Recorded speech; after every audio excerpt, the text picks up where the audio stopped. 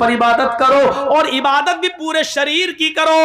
دیکھیے اللہ یہ پورے شریر ہاتھ کی عبادت ہاتھ کی ایکسرسائز اللہ اکبر رکوع کر رہے ہیں آپ یہ کمر کی ایکسرسائز ریڑھ کی ہڈی بالکل سیدھی ہونی چاہیے کمر ایسی ہونی چاہیے رکوع میں کوے کی چونچے مت مارو نماز پڑھتے وقت.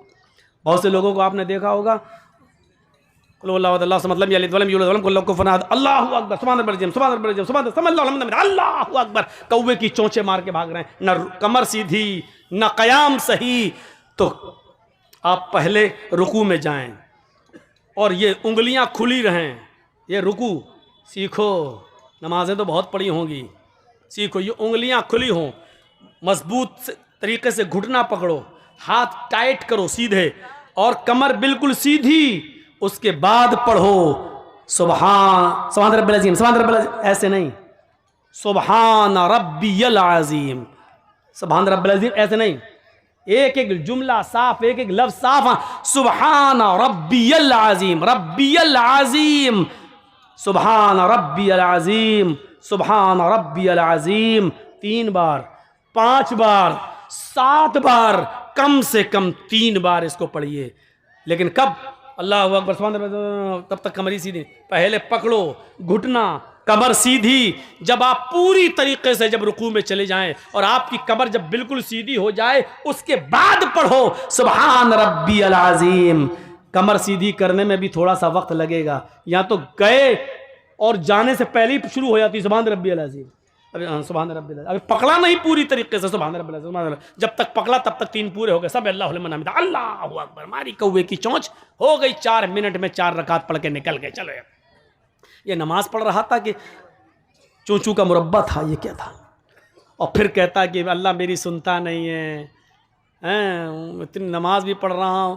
ارے ایسی نماز شاید ایسی نمازوں کے بارے میں اقبال نے کہا تھا وہ ایک سجدہ روح زمین جس سے کانپ جاتی تھی وہ ایک سجدہ روح زمین جس سے کانپ جاتی تھی اسی کو ترستے ہیں آج منبر و محراب.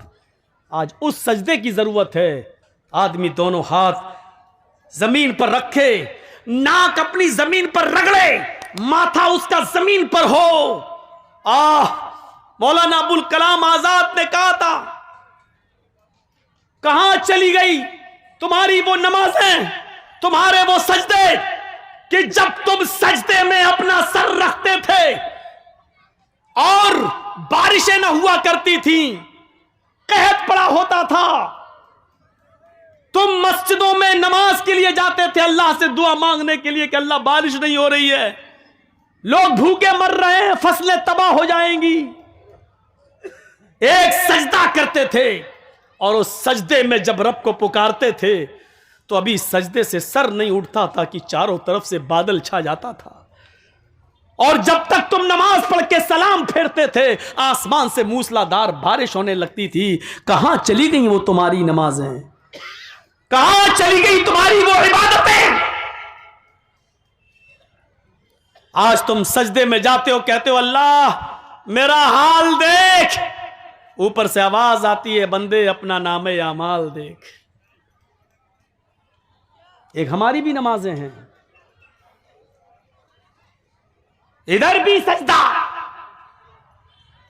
اللہ سے بھی مدد غیروں کے سامنے بھی دامن پھیلے ہوئے